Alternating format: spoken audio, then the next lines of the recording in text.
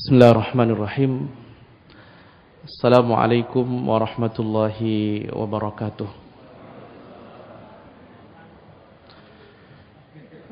Innal hamdalillah nahmaduhu wa nasta'inuhu wa nastaghfiruh wa na'udzu billahi min shururi anfusina wa min sayyiati a'malina. May yahdihillahu fala mudilla lahu wa may yudlil falan tajida lahu waliyyan mursyida. Asyhadu an la ilaha illallah wahdahu la syarika lah wa asyhadu anna Muhammadan abduhu wa rasuluhu la nabiyya ba'dah.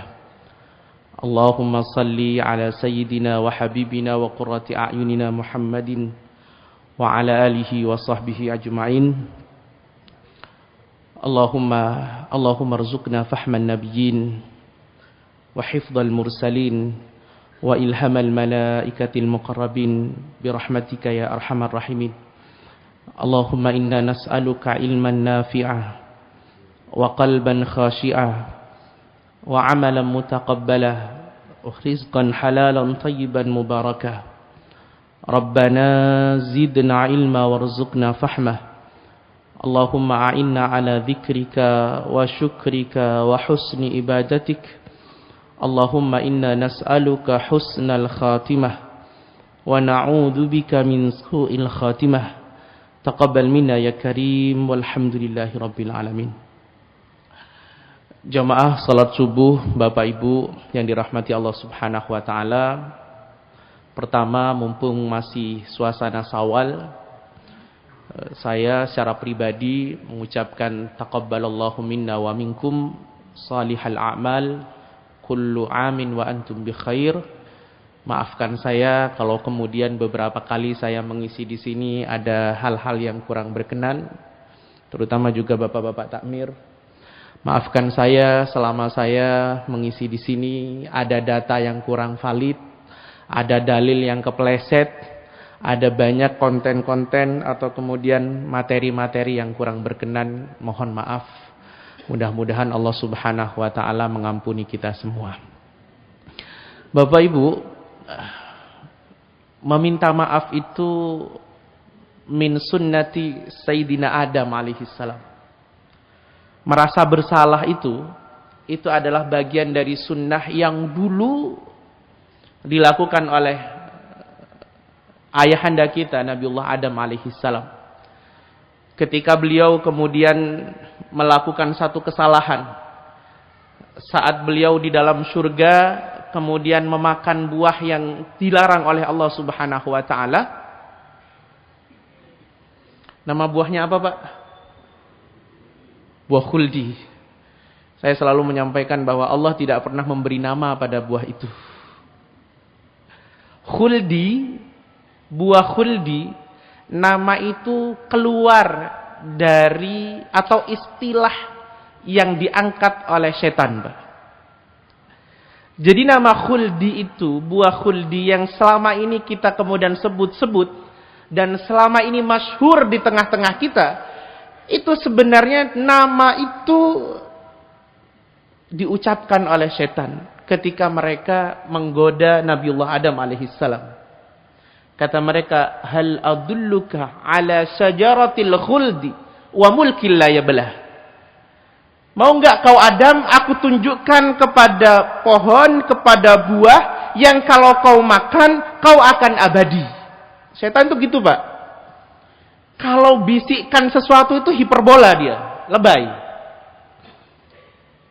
Buah yang kalau kau makan, kau akan abadi. Maka nama buahnya buah khuldi. Dari kata khalada yakhludu. Khuldi itu adalah sifat yang artinya kalau buah itu dimakan, maka ada potensi Nabiullah Adam akan abadi. Dan Allah tidak pernah ngasih nama, Pak. Pertanyaan saya, Bapak percaya setan atau enggak? Percaya setan atau enggak? Enggak kan? Gak percaya kita sama setan. Kalau setan membisikkan kepada kita sesuatu yang kemudian terlalu berlebihan, berarti memang itu bukan sesuatu yang jujur, itu bukan sesuatu yang betul-betul apa adanya. Nah, syajaratul khuldi itu memang sebuah kalimat yang dibuat oleh setan. Yang sampai hari ini kita kemudian kampanyekan. Berhasil memang setan itu, Pak. Sampai kita sendiri menganggap bahwa itu buah khuldi. Padahal Allah sama sekali tidak pernah membuat penamaan atau memberikan nama buah itu dengan buah khuldi. Lihat kalimat Allah. Wala taqraba hadhis syajarah. Sampai di situ saja. Jangan kau dekati buah ini atau pohon ini tanpa memberi nama. Jadi saya selalu mengkampanyekan jangan sebut buah itu buah khuldi, karena nama itu adalah warisan dari setan, Pak. Nah, ketika Nabiullah Adam alaihissalam itu memakan buah itu, kemudian satu hal yang kemudian terjadi adalah beliau langsung tersingkap auratnya. Karena auratnya tersingkap, merasa malu, ketahuan oleh Allah Subhanahu wa taala, beliau lari, Pak.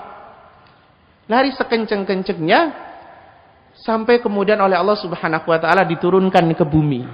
Ketika diturunkan ke bumi, ada kalimat yang kemudian keluar dari lisan baginda Sayyidina Adam alaihissalam. Beliau mengatakan, "Rabbana zalamna anfusana wa illam taghfir lana wa tarhamna lanakunanna minal khasirin." Duhai Rabb kami, sungguh kami zalim pada diri kami sendiri. Sekiranya Engkau tidak memaafkan kami, sungguh kami ini adalah bagian dari orang-orang yang merugi.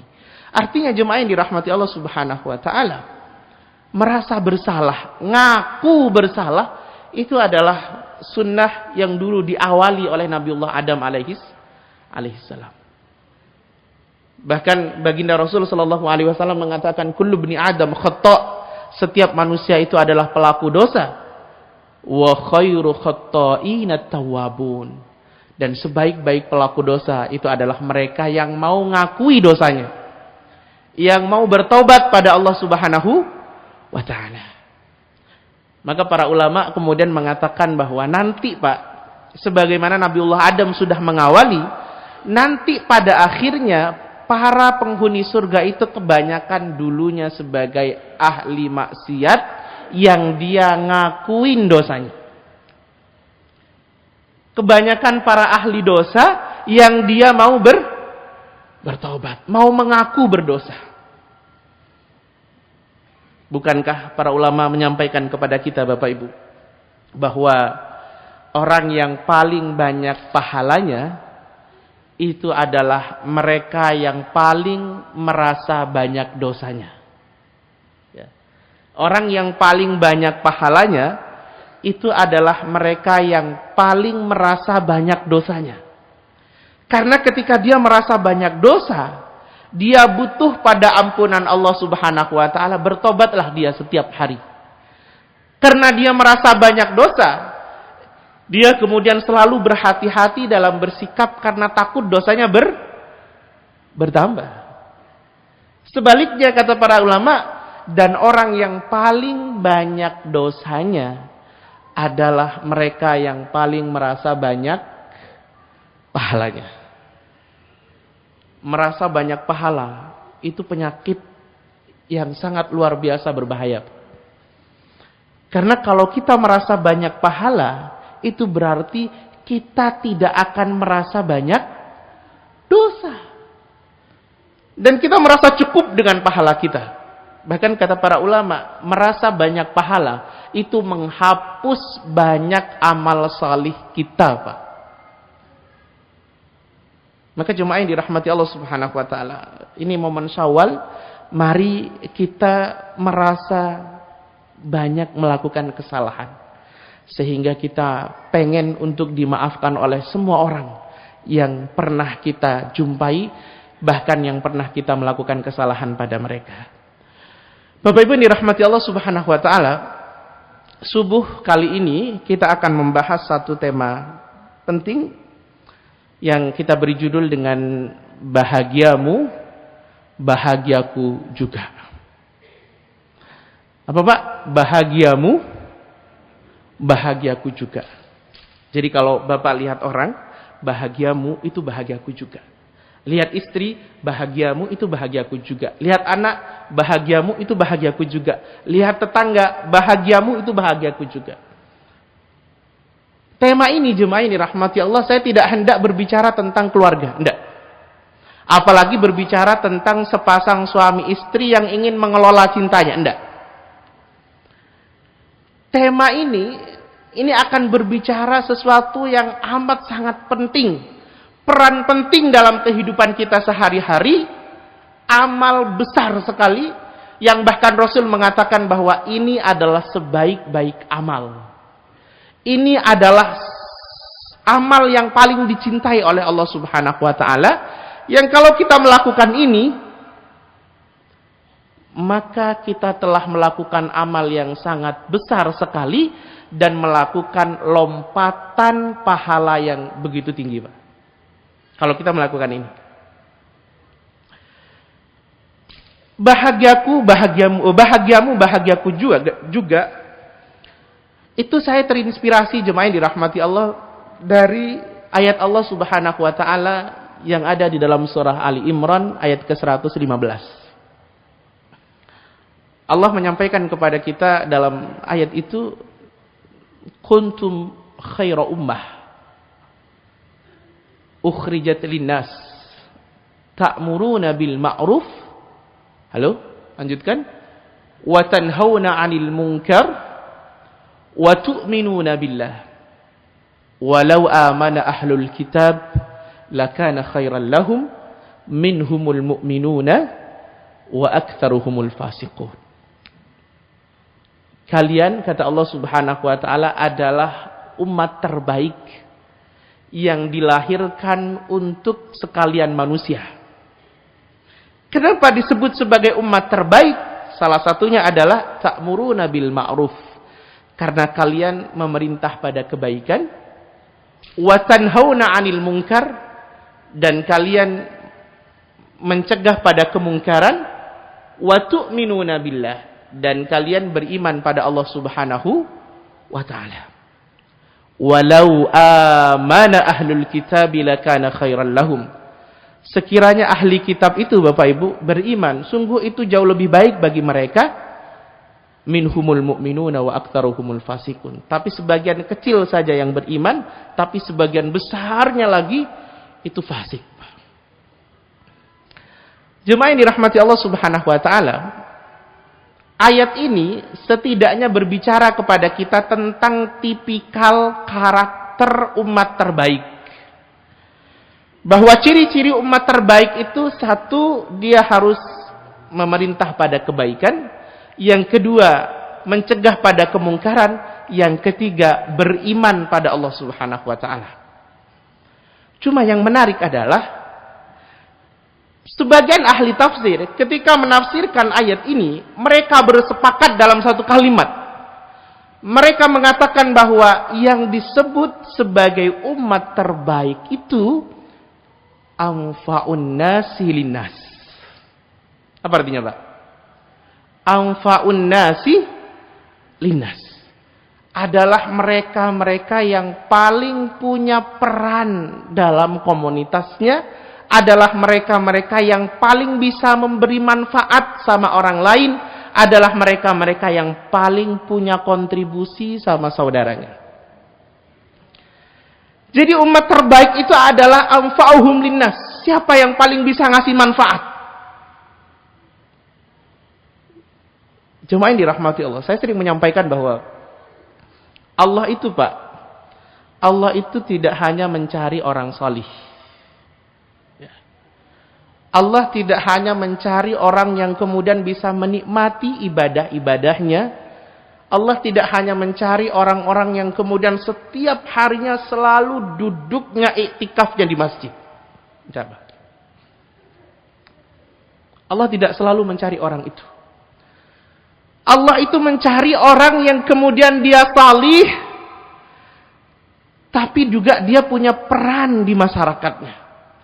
Dia punya kontribusi pada orang lain. Dia punya kebermanfaatan sama orang lain. Kehadirannya itu memberi kebahagiaan kepada siapa saja yang kemudian dia temui. Allah mencari itu. Coba lihat Umar bin Khattab ketika beliau diangkat menjadi khalifah. Suatu waktu beliau keluar dari rumahnya, dari kediaman beliau di waktu jam kerja, Pak.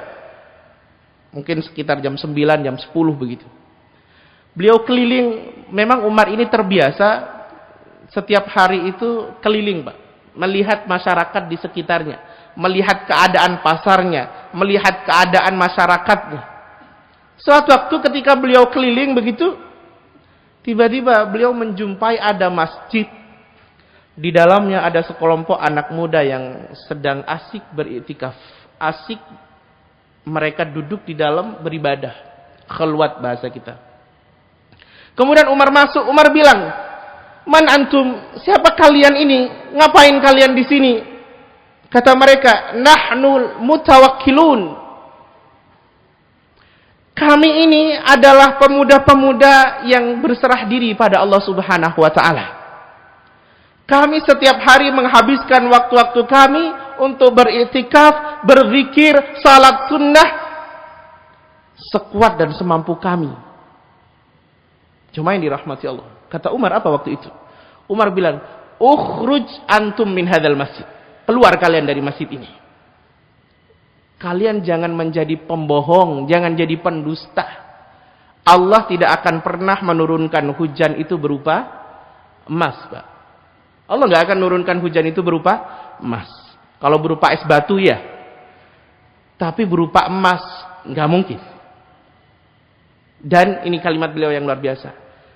Dan al-mutawakkilun yang sejati, orang yang paham tentang konsep berserah diri, itu adalah mereka yang kemudian setiap harinya berikhtiar, gigih bekerja, gigih mengeksplor potensi dirinya, gigih memanfaatkan sumber daya yang ada di sekitarnya, tanpa melupakan untuk berdoa pada Allah Subhanahu wa taala. Itu. Jadi orang mutawakkilun itu bukan orang yang kemudian setiap hari duduk di masjid gak mau bekerja, pokoknya berserah diri pada Allah. Kalau kita beribadah siang malam Allah pasti kasih makan kita, Allah pasti kasih rizki kita. Oke, Allah kasih rizki, Allah kasih makan, tapi untukmu sendiri. Tapi apakah kamu tidak mau punya peran sama tetanggamu, sama ponakanmu, sama saudaramu, sama orang tuamu? Maka hari ini jemaah yang dirahmati Allah, kalau ada pemuda yang salih, itu bahasa saya, itu normal, Pak, standar. Memang mestinya begitu. Kita ini mesti harus salih. Jadi kalau ada orang salih, itu udah standar. Dia sudah on the track, dia sudah benar. Tapi masih standar.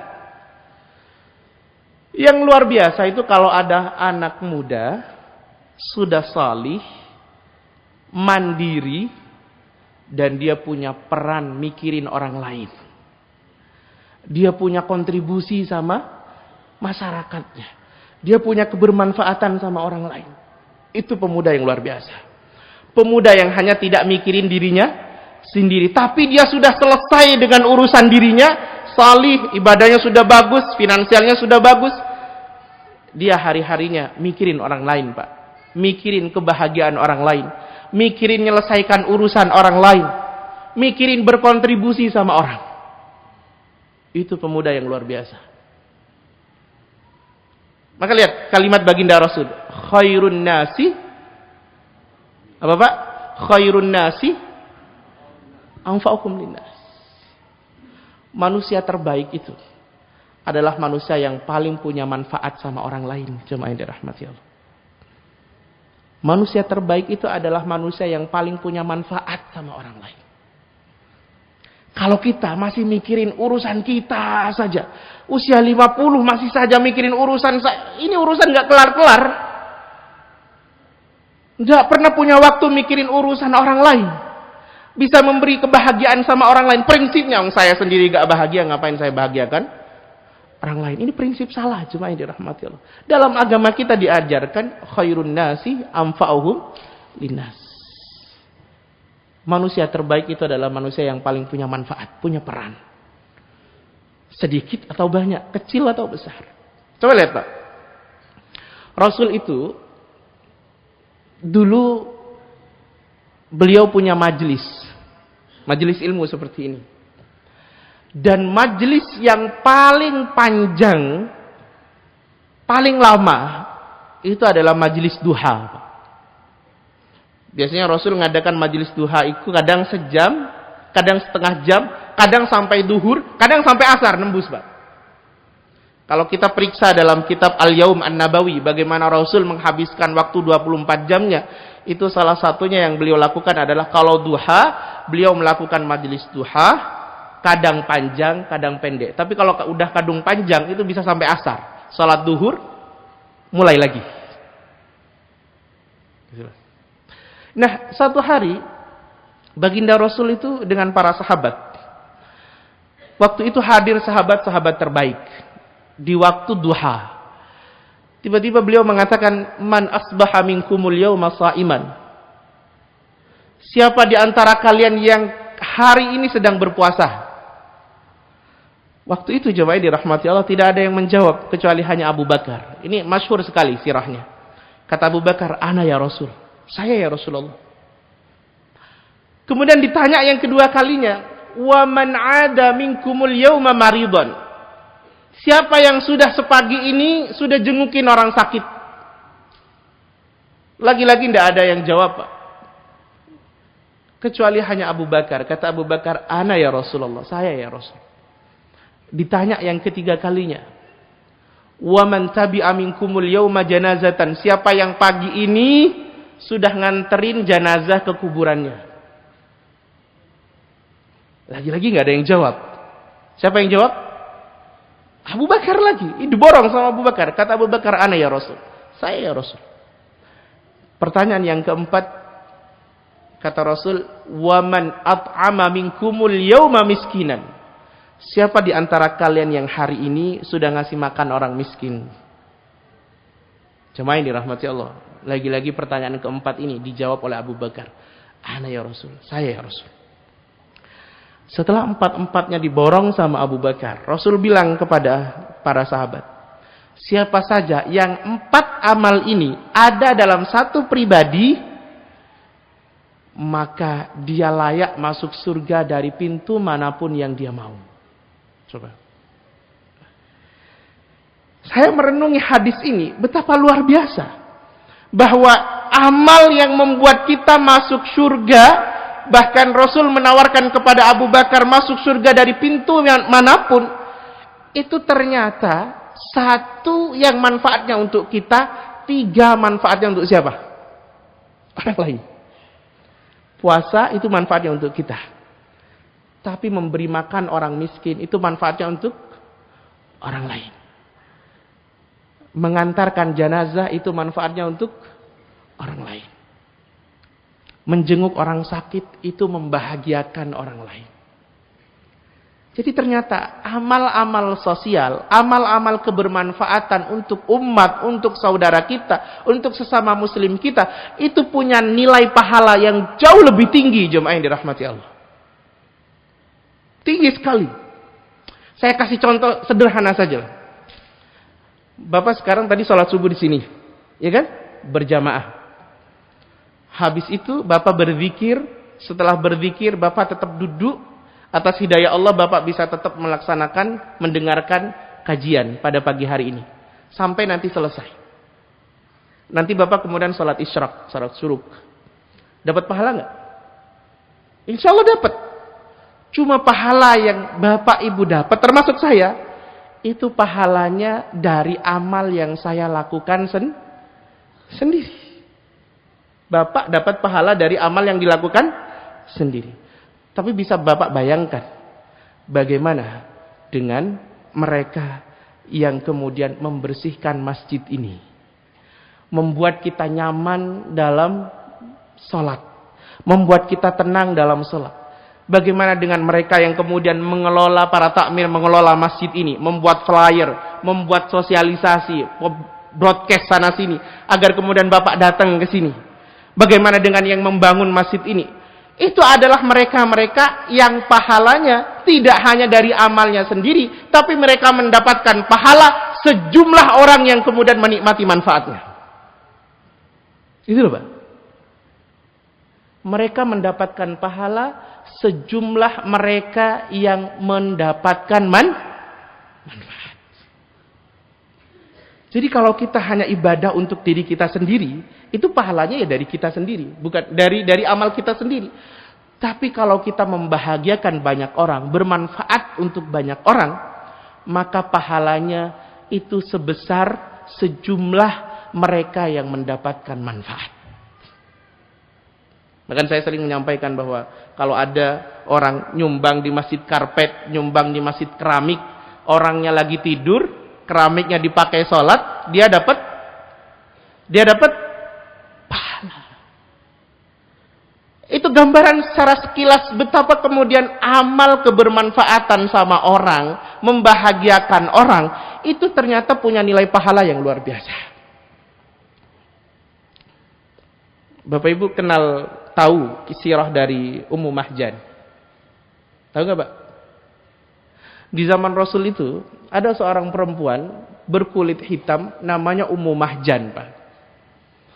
Saking dari tidak terkenalnya perempuan ini sampai para sahabat konon tidak tahu nama aslinya, taunya nama panggilannya, namanya Ummu Mahjan. Orangnya sudah agak tua, kulitnya agak hitam. Dia yang setiap hari bersihkan Masjid Nabawi.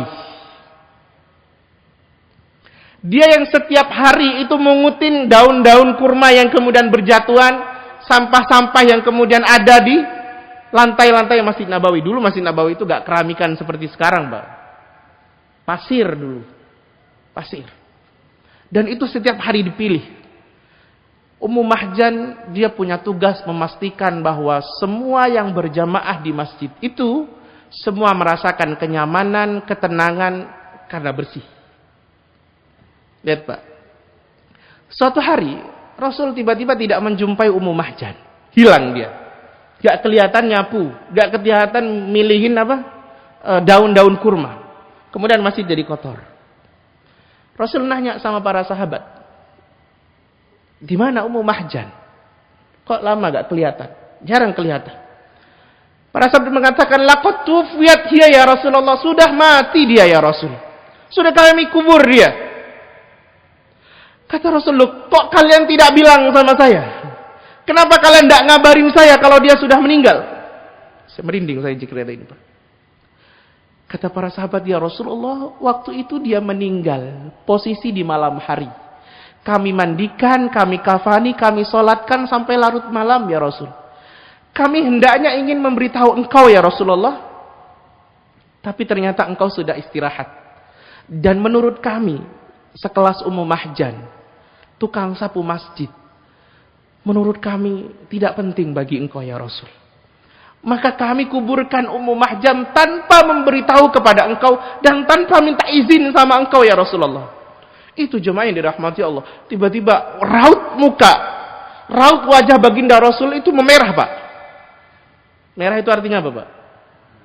Ya agak marah Rasul. Kenapa kemudian tidak dikasih tahu? Kata Rasul, tunjukkan kepadaku sekarang di mana kalian nguburin Ummu Mahjan. Ditunjukkan jemaah yang dirahmati Allah. Ketika ditunjukin, Rasul tiba-tiba ngangkat tangannya dan Rasul mendoakan secara khusus untuk Ummu Mahjan. Bahkan dalam sebuah riwayat dikatakan Rasul kemudian salat janazah ghaibah untuk Ummu Mahjan. Bapak Ibu yang dirahmati Allah. Zaman itu tidak ada satu jenazah yang mendapatkan kemuliaan salat jenazahnya Rasul, melainkan orang itu pasti punya ruang di hati baginda Rasul sallallahu alaihi wasallam. Orang itu istimewa. Bahkan di zaman itu tidak ada satu orang pun yang mendapatkan doa secara khusus, doa kebaikan dari baginda Rasul, melainkan orang itu orang istimewa. Coba, Pak. Sekelas tukang sapu masjid di zaman itu, tapi dia punya nilai yang istimewa di hadapan baginda Rasul karena pahalanya besar sekali. Dia dapat doa khusus. Yang sebenarnya doa baginda Rasul itu diimpi-impikan oleh semua orang. Saya ingat betul waktu itu, Pak, dalam sirah Rasul sallallahu alaihi wasallam, Sa'ad bin Abi Waqqas itu pernah suatu hari dapat shift untuk menjaga Masjid Nabawi dan menjaga Baitur Rasul. rumah baginda Rasul sallallahu alaihi wasallam. Saat malam itu, Sa'ad bin Abi Waqqas sudah berazam kepada dirinya bahwa dia tidak akan tidur sampai dia mendapati Rasulullah sallallahu alaihi wasallam bangun dari tidurnya untuk melaksanakan qiyamul lail. Dia ingin menservis, dia ingin melayani Rasulullah. Maka sejak dia menjaga itu Pak, sampai sepertiga malam tidak tidur. Hingga akhirnya dia mendapati Rasul keluar dari rumahnya ingin ambil air wudhu untuk salat qiyamul lail. Itu Sa'ad bin Abi Waqqas sudah siap sebelum-sebelumnya. Karena dia pengen betul melayani baginda Rasul. Bahkan mendapatkan air wudhunya baginda Rasul. Itu Pak ketika Rasul keluar, Sa'ad bin Abi Waqqas nenteng kendi Pak. Kemudian dia menawarkan kepada baginda Rasul air untuk wudhu. Di apa bahasa kita itu Pak? Itu bahasa Inggrisnya itu diselen itu Pak. Dialirkan air itu untuk wudhu. Setelah selesai wudhu, Rasul sallallahu alaihi wasallam mengatakan kepada Sa'ad bin Abi Waqqas, kata Rasul, Sa'ad, mintalah kau kepadaku satu permintaan yang nanti akan aku sampaikan kepada Allah melalui doa-doaku. Ini hak istimewa ini Pak. Gak semua orang bisa dapat ini. Kalau kira-kira kalau Bapak dapat ini, minta apa Pak? Satu permintaan. Satu permintaan. Itu seumur hidup Sa'ad, itu adalah kalimat yang paling berarti. Momen yang paling ditunggu-tunggu ketika Rasul menawarkan kepada Sa'ad, mintalah kau satu permintaan yang akan aku sampaikan kepada Allah dalam doa-doaku. Ingat loh Pak, doa baginda Rasul itu mustajab. Sa'ad cerdas. Kata Sa'ad bin Abi Waqqas, ya Rasulullah, aku minta satu ya Rasul. Satu itu adalah aku minta agar setiap aku berdoa dikabulkan oleh Allah Subhanahu wa taala. Cerdas gak Pak? Cerdas. Dia minta satu dapat semuanya. Aku minta satu ya Rasul agar aku setiap berdoa kepada Allah Subhanahu wa taala doaku mustajab. Kalau minta surga Pak, kalau minta surga ya bisa saja. Tapi itu dapatnya nanti. Tapi kalau minta ini dia bisa minta surga kapan saja. Dan ternyata betul didoakan oleh baginda Rasul, dan sejak saat itu doa Sa'ad bin Abi Waqqas jadi mustajabah. Tapi tidak kayak orang sekarang Pak. Kalau orang sekarang punya ini, udah viral dia Pak. Banyak orang berobat, banyak orang kemudian minta doa sama dia. Sa'ad bin Abi Waqqas ketika dia mendapatkan keistimewaan ini, Sa'ad bin Abi Waqqas diam Pak. Tidak kemudian selfie, kemudian bikin caption di mana? Di Instagramnya bahwa saya sudah dapat doa dari baginda Rasul, doa saya mustajab. Siapa yang mau didoain? Kayak gitu. Sa'ad bin Abi Waqqas diam. Dia kemudian menikmati keistimewaan itu dengan doa-doa yang memang wajar. Coba kalau kita, nggak kebayang saya kalau kita seperti apa, dan memang kita nggak layak untuk dapat keistimewaan itu. Nah jemaah yang dirahmati Allah, itu Muhajjan, itu dapat itu Pak. Padahal dia hanya sebagai tukang sapu masjid. Maka saya selalu mengatakan kepada para takmir, tolong tata hati. Karena menjadi pengurus masjid, menjadi pengelola masjid, itu jalan ke surganya insya Allah lebih lempeng. Asal bisa nata hati. Karena siapa saja yang mendapatkan kemanfaatan di dalam masjid ini, atau di masjid-masjid yang lain, maka para takmir juga mendapatkan aliran pahalanya. Dan itu juga dalam peran-peran yang lain, tidak hanya takmir masjid, termasuk RT, RW, kemudian wali kota, gubernur, presiden. Itu kalau kemudian keputusan-keputusannya, kebijakan-kebijakan yang menghasilkan manfaat, dia mendapatkan pahala sejumlah orang yang mendapatkan manfaat itu. Dan itu luar biasa. Itu luar biasa. Maka lihat kalimatnya baginda Rasul ketika beliau mengatakan ahabbun nasi ilallahi anfa'uhum linnas. manusia yang paling dicintai oleh Allah Subhanahu wa taala adalah orang yang paling punya manfaat bagi manusia lainnya. Kalimat seterusnya tambah menarik lagi. Wa ahabbul a'mal ilallah sururun tudkhiluhu ala muslim. Dan amal yang paling dicintai oleh Allah Subhanahu wa taala itu adalah kebahagiaan yang kau susupkan pada hati seorang muslim. Jadi amal yang paling dicintai bukan hanya sekedar sholat, Pak, puasa. Kebahagiaan yang kau susupkan pada saudaramu yang sesama muslim atau saudaramu yang lain, itu adalah amal terbaik. Ingat, apa amal terbaik itu? Kau memberi kebahagiaan sama orang lain.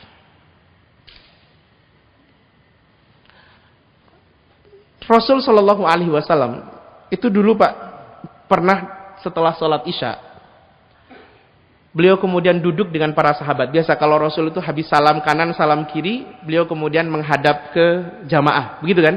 Sunnahnya kan begitu. Tiba-tiba di momen salat Isya itu, setelah selesai salat Isya itu, tiba-tiba datang musafir.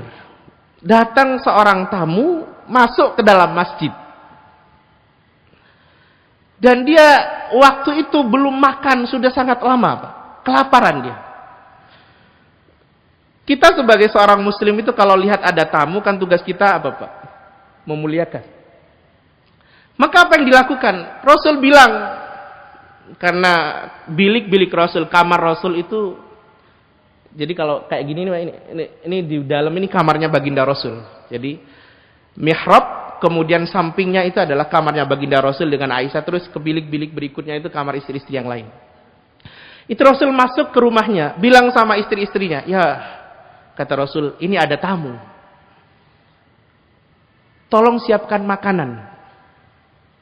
Kita bahagiakan tamu Allah Subhanahu wa taala. Cuma yang dirahmati Allah. Kompak, serempak, istri-istri Rasul itu mengatakan, ya Rasulullah, tidak ada cukup makanan di rumah kami. Ini, Pak, kalau kita bedah ini kalimat ini, kita akan mendapati betapa Rasul itu bersahaja sekali. Coba, kalimat istri-istri, ya Rasulullah, tidak ada cukup makanan di rumah-rumah kami. Kalau begitu, kata Rasul, ya sudah, berarti kita belum bisa untuk melayani tamu ini. Maka Rasul balik lagi ke masjid tadi, Pak. Jadi tinggal buka pintu, balik Rasul. Rasul kemudian menawarkan kepada para sahabat, ini ada tamu saya, kata Rasul. Siapakah di antara kalian yang mau memuliakan dan menservis melayani tamu ini? Maka ada orang Ansar, dia bilang, saya ya Rasulullah, saya mau melayani. Dibawalah tamu ini, jemaah yang dirahmati Allah, ke rumahnya. Padahal di rumah orang ini juga tidak ada makanan kecuali makanan yang cukup untuk 2 orang anaknya saja. Jadi di rumah itu hanya ada makanan yang sebenarnya cukup untuk dimakan oleh siapa? 2 anaknya saja. Maka kata sang bapak tadi, ketika dia membawa tamu Rasul ini ke rumahnya, dia bilang sama istrinya, makanan yang tadi disajikan untuk anak kita, dipersiapkan untuk anak kita, sajikan untuk tamu baginda Rasul. Sajikan di meja makan yang rapi, hidupkan kemudian lampunya, kemudian tidurkan anak kita. Kalau nanti dia mau makan dan kita mau nemeni makan, matikan lampunya. Sehingga dia bisa makan tanpa dia mengetahui bahwa kita ini tidak makan. Karena makanannya tidak cukup. Tamunya 2, Pak. Maka apa yang terjadi, jemaah dirahmati Allah? Kalimatnya menarik sekali. Ketika tamu itu sudah puas dengan pelayanan orang ini, dan dia bisa tidur nyenyak di rumah orang ini, subuhnya saat dia kembali ke Masjid Nabawi untuk berjamaah, tiba-tiba Rasul manggil dia, Pak. Rasul bilang, Allah tertawa dengan apa yang kau lakukan pada tamuku. Coba, Pak. Allah tertawa. Allah bahagia melihat engkau menservis tamuku. Cuma ini dirahmati Allah Subhanahu wa taala. Coba kebayang bahwa perbuatan seseorang membuat Allah bahagia, membuat Allah tertawa. Itu perbuatan yang luar biasa. Sampai Allah menyampaikan itu kepada baginda Rasul, dan baginda Rasul menyampaikan itu kepada orang tadi. Itu seakan-akan Allah kirim salam sama orang itu. Aku bahagia, sampaikan sama orang itu. Aku bahagia melihat bagaimana dia menservis, melayani tamu tadi. Jadi jemaah yang dirahmati Allah, betapa kebermanfaatan memberi kebahagiaan pada orang, itu adalah amal terbesar, amal terbaik. Maka kalimat saya, bahagiamu, itu bahagiaku juga.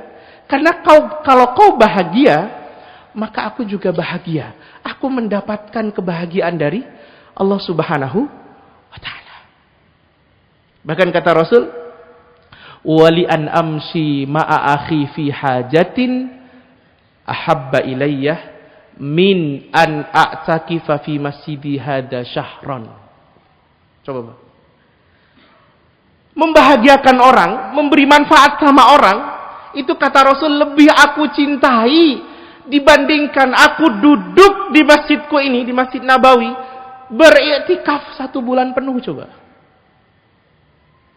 Ini hadisnya sahih. Dan orang-orang para aktivis-aktivis sosial, aktivis-aktivis yang kemudian ingin memberikan banyak hal pada masyarakat, peran besar pada masyarakat, dia harus betul-betul menjiwai kalimat ini. Kata Rasul, wali an amshi ma'a akhi fi hajatin ahabba ilayya min an a'takifa fi masjidi hada syahran. Dan aku berjalan dengan saudaraku untuk menyelesaikan urusan dia, membantu dia, menolong dia.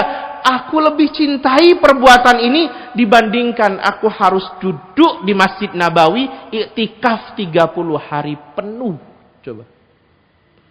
Kita ini Pak, kebayang, kita ini iktikaf 10 hari saja di akhir bulan Ramadan, itu berat. Kalaupun ada yang bisa, sedikit dan jarang sekali, kadang totalitas.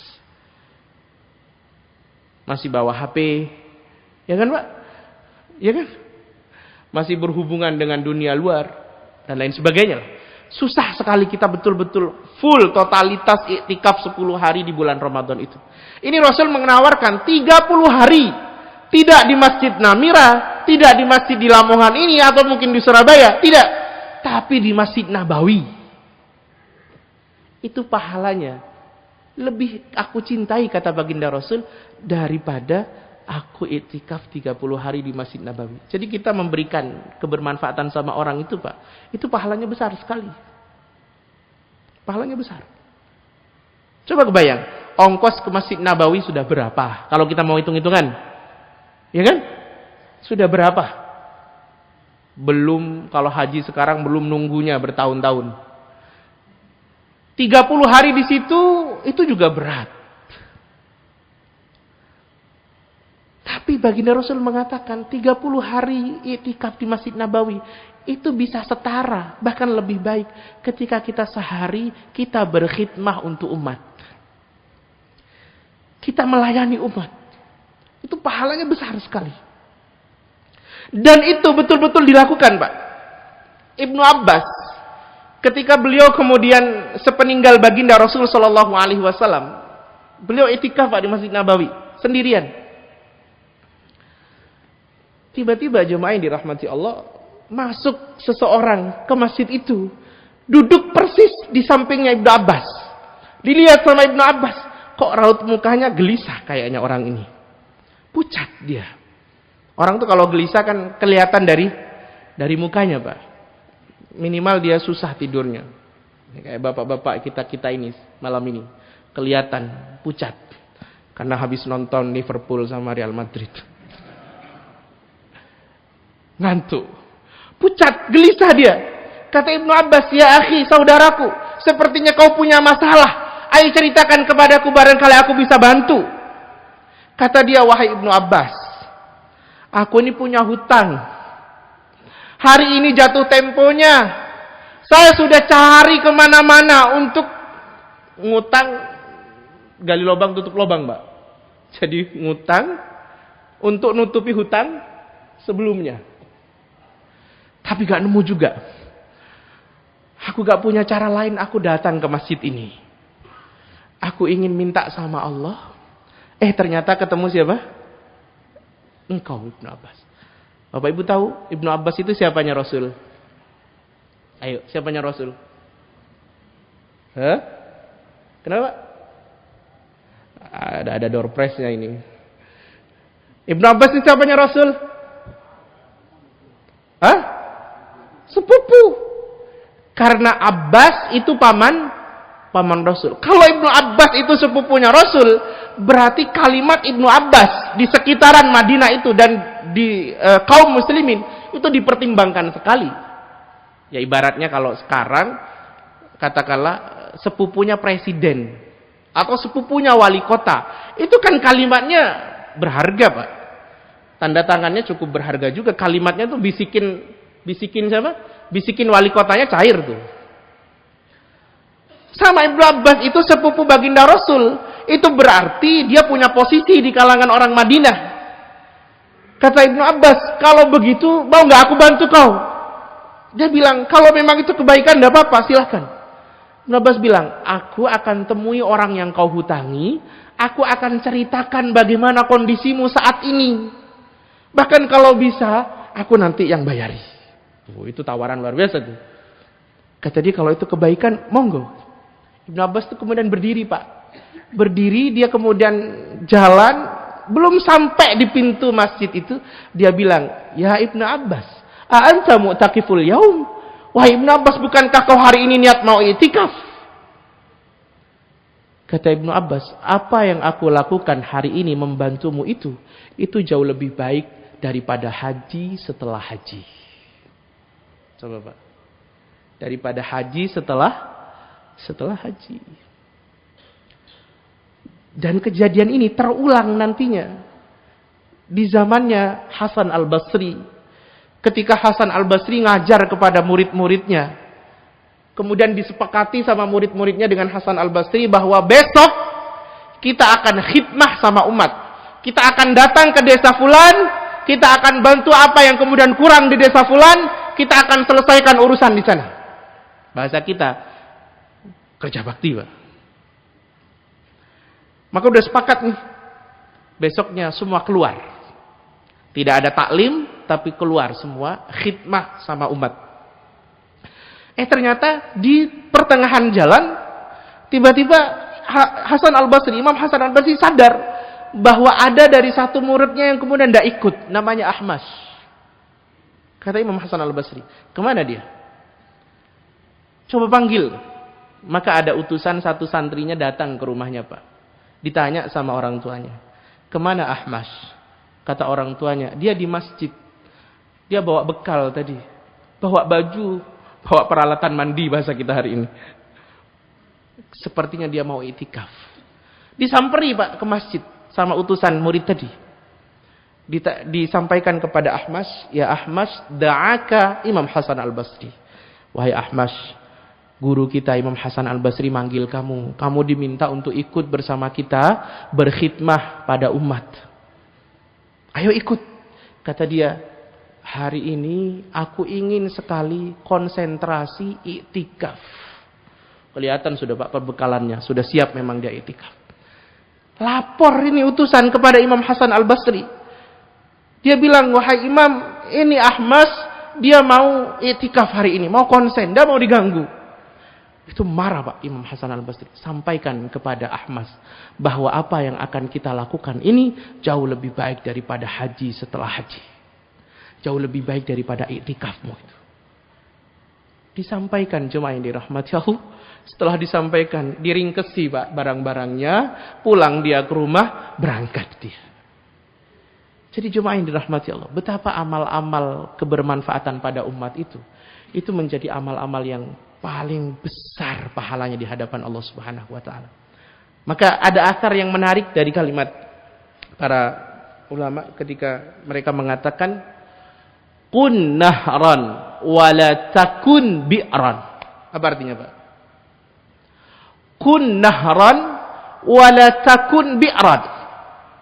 Jadilah kalian semua seperti sungai, jangan jadi seperti sumur. Sumur itu, Pak, kalau mau diambil airnya perlu pakai apa? Pakai timba. Perlu pakai pompa air, masih perlu modal, susah. Sumur itu kalau dibuat berenang, gimana Pak? Mentok Pak, nggak bisa. Sumur itu, kalau kemudian mau dibuat untuk buang kotoran, itu sekampung atau sekeluarga itu marah pasti. Sumur dibuat buang kotoran. Kenapa? Karena sumur itu susah memberi manfaat. Kalaupun masih bisa memberi manfaat, susah juga ngambil manfaatnya. Kok bisa Ustaz? Iya, antum kalau menikmati air di sumur, itu perlu pakai pompa. Pompa itu perlu bayar listrik setiap bulan. Tapi kata para ulama, kun nahron, tapi jadilah kamu itu seperti sungai. Sungai itu gampang ngasih manfaat sama orang lain. Mau diambil airnya, gak perlu pakai timba Pak. Gak perlu pakai pompa air, diketawain banyak orang sampean. Cukup sampean pakai tangan sampean tuh. Sudah bisa menikmati air sungai. Mau dibuat berenang, sekuat-kuatnya sampean.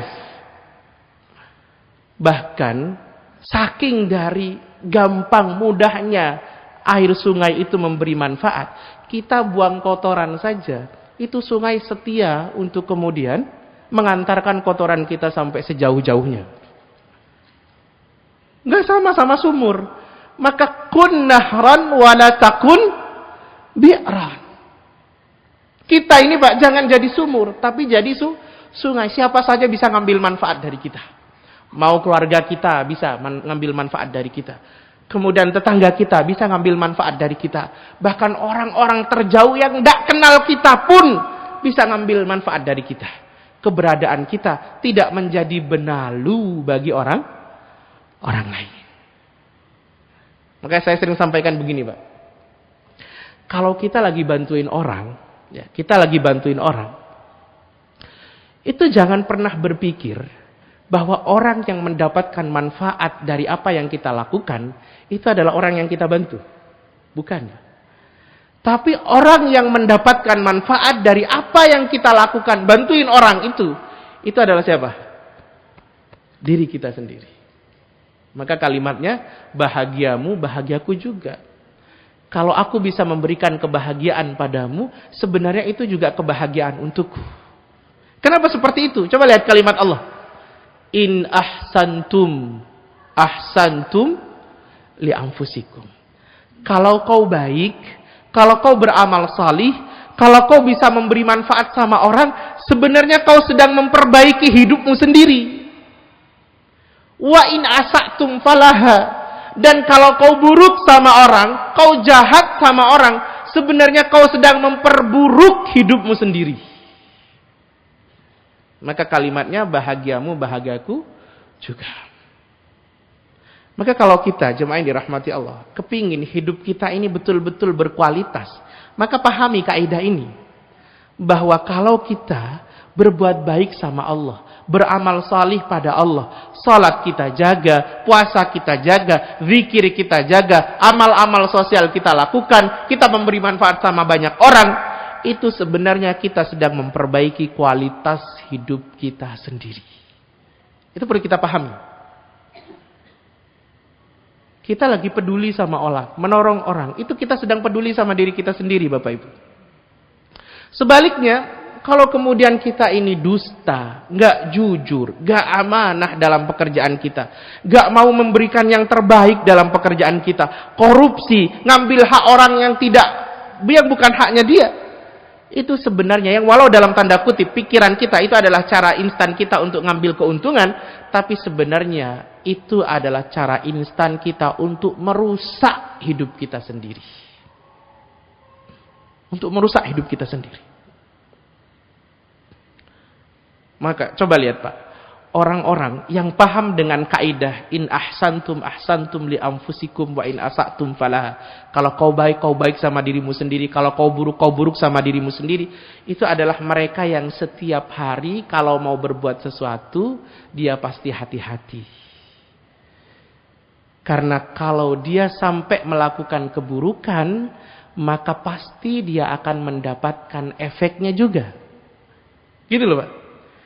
Kita ini kalau beramal tidak baik, meninggalkan sholat, kemudian tidak berbuat baik sama orang, suka nyakitin banyak orang, itu sebenarnya kita sedang menunggu waktu untuk hidup kita ini rusak sendiri.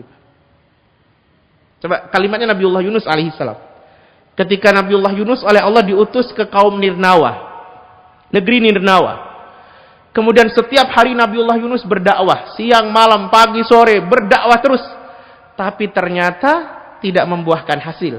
Karena yang ikut dah banyak. Dah banyak. Bahkan mungkin tidak ada. Tiba-tiba Nabiullah Yunus, di puncak kemarahannya, beliau memutuskan untuk meninggalkan kaumnya. Begitu kan? Gitu kan, Pak? Meninggalkan kaum ini sebuah kesalahan dalam dakwah. Dan itu kesalahan. Jadi meninggalkan kaum, meninggalkan dakwah, itu sebuah kesalahan. Dan itu tidak disadari oleh Nabiullah Yunus alaihissalam ketika memutuskan untuk meninggalkan itu. Maka beliau datang ke tepian, kemudian datang ke menaiki bahtera, menaiki kapal, sampai di tengah perjalanan ternyata kapalnya mau tenggelam.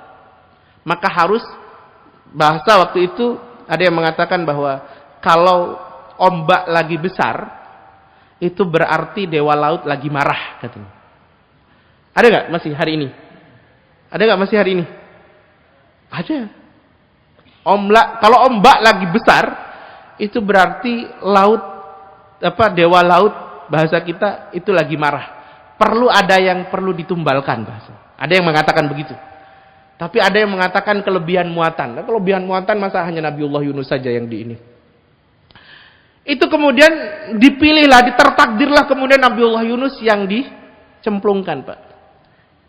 Ditangkaplah sama ikan besar. Ikan apa, Pak? Selalu orang Indonesia itu selalu membuat nama yang tidak dikasih nama sama Allah Subhanahu wa taala. Ikan paus, karena besar ikan paus, besar ikan hiu. Padahal Allah tidak ngasih nama. Allah tidak ngasih nama. Sampai akhirnya kemudian Yunus masuk ke dalam perut ikan itu. Kata para ulama, para pakar sirah, ketika Nabiullah Yunus masuk di dalam perut ikan itu, maka beliau berada dalam 3 kegelapan. Kegelapan perut ikan, kegelapan dasar lautan karena setelah dimakan ke dalam ikan itu, Pak. Kemudian kegelapan malam karena kejadiannya waktu malam hari. Ketika Nabiullah Yunus berada dalam keterpurukan yang luar biasa itu, kalimat yang keluar luar biasa. Apa kalimatnya? La ilaha illa anta subhanaka inni kuntu minadh dhalimin. Ya Allah, ya Rabb, tiada Tuhan selain Engkau, Maha Suci Engkau, sungguh aku yang salah. Aku yang menyakiti hidupku sendiri. Aku yang merusak hidupku sendiri. Aku yang zalim pada diriku sendiri. Lihat, Pak. Jadi semua keburukan yang kita lakukan, semua dosa yang kita lakukan, walaupun dosa itu membuat orang rugi, membuat orang sakit, tapi sejatinya itu merusak dan menyakiti diri kita sendiri. Itu menyakiti dan merusak diri kita sendiri. Terakhir, jemaah yang dirahmati Allah Subhanahu wa taala. Beberapa tahun yang lalu saya mengisi sebuah training di sebuah pesantren di Tangerang. Ini pesantren unik sekali. Pesantren ini dimiliki oleh seorang ibu-ibu, namanya Ibu Haja Ipah namanya. Beliau mendirikan pesantren ini khusus untuk orang-orang yang tidak bisa sekolah, anak-anak yang tidak bisa sekolah, dan khusus untuk anak-anak yatim. Jadi beliau mencari anak-anak yang kemudian tidak bisa sekolah karena tidak punya uang orang tuanya, atau anak yatim itu dikumpulkan di pesantren itu, disuruh ngafal Quran, disuruh belajar, biar masa depannya bisa lebih cerah. Suatu hari ketika kami mendapatkan kesempatan mengisi di situ, dan setelah selesai mengisi, kami berbincang-bincang dengan pemiliknya atau pengasuhnya, Ibu Haja Ipah. Ada kalimat yang menarik sekali, Pak, dan itu cocok untuk saya ceritakan pada pagi hari ini, karena kalimatnya simpel tapi membuat kita betul-betul merenung. Beliau bilang begitu, Ustaz, saya itu punya anak 4, Ustaz. Tapi karena sibuknya saya ngurusi pesantren ini, ngurusi anak-anak yatim ini, ngurusi anak-anak duafa ini, kadang saya tidak punya waktu, sampai tidak punya waktu ngurusi anak saya sendiri, Ustaz. Coba Pak. Punya anak 4, karena sibuk ngurusi pesantren, sibuk bagaimana melayani anak yatim dan para duafa, anak-anak duafa ini bisa mendapatkan pendidikan yang baik, dan itu gratis. Beliau kadang sampai tidak punya waktu mendidik anaknya sendiri. Apa yang kemudian beliau lakukan? Anaknya Pak, itu dimasukkan pesantren. Masukkan pesantren. Tapi di akhir kalimatnya beliau mengatakan begini. Tapi saya yakin, seyakin-yakinnya Ustadz, ketika saya sibuk ngurusi anak yatim ini, ngurusi para duafa ini, anak-anak duafa ini, untuk mereka mendapatkan pendidikan yang layak, saya meyakini, seyakin-yakinnya Allah sedang sibuk ngurusi anak saya. Coba Pak. Ketika saya sibuk mendidik anak-anak ini, Ustaz, sampai saya nggak punya waktu untuk mendidik anak saya meyakini, seyakin-yakinnya Allah sedang mendidik anak saya. Bukankah Allah mengatakan, Rasul mengatakan, wallahu fi aunil abdi ma kana al abdu fi auni akhi. Sesungguhnya Allah itu senantiasa akan menolong hambanya selama hamba itu menolong saudaranya. Dan betul, 4 anaknya menjadi anak yang salih salihah, punya kepekaan sosial sebagaimana ibunya. 2 di antara mereka hafidh Quran 30 juz. 1 menjadi dokter spesialis. Yang 1 menjadi dosen terbang lintas negara. Dan saya sampai saat ini mengikuti beliau. Kata beliau, saat saya sibuk menolong orang, Allah sedang sibuk menolong kita. Saat kita sibuk membahagiakan orang, Allah sedang sibuk membahagiakan kita. Maka bahagiamu, bahagiaku juga. Subhanakallahumma wa bihamdika asyhadu an la ilaha illa anta astaghfiruka wa atubu ilaik. Mudah-mudahan ini menjadi manfaat buat kita semua, menjadi keberkahan, perenungan, dan ini tidak hanya sekedar materi, tapi juga nanti keluar dari masjid ini menjadi hidayah buat kita semua. Amin amin ya rabbal alamin. Mohon maaf apabila ada kesalahan. Assalamualaikum warahmatullahi wabarakatuh.